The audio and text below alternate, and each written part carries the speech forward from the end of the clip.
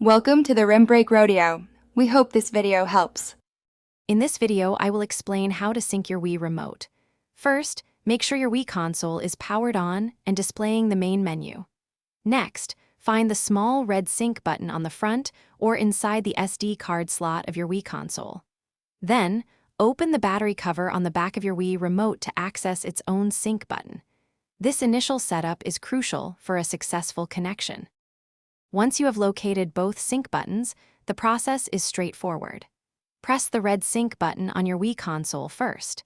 Immediately after, press the red sync button located inside the battery compartment of your Wii remote.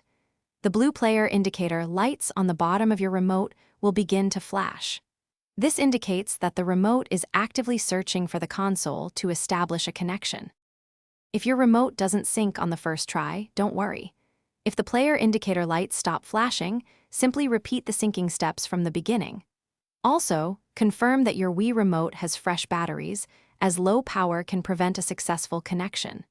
Sometimes, other wireless devices can cause interference, so try syncing in an area with minimal electronic clutter.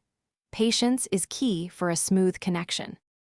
For multiplayer fun, you can sync up to 4 Wii remotes to your console simultaneously. Just repeat the syncing process for each additional remote. Remember, if you ever replace the batteries in your Wii console, you might need to resync all your remotes. This ensures a consistent and reliable connection for all your gaming sessions. And speaking of upgrades, check the description for a link to the Shark AI Ultra Robot Vacuum and other great deals to keep your space tidy while you play.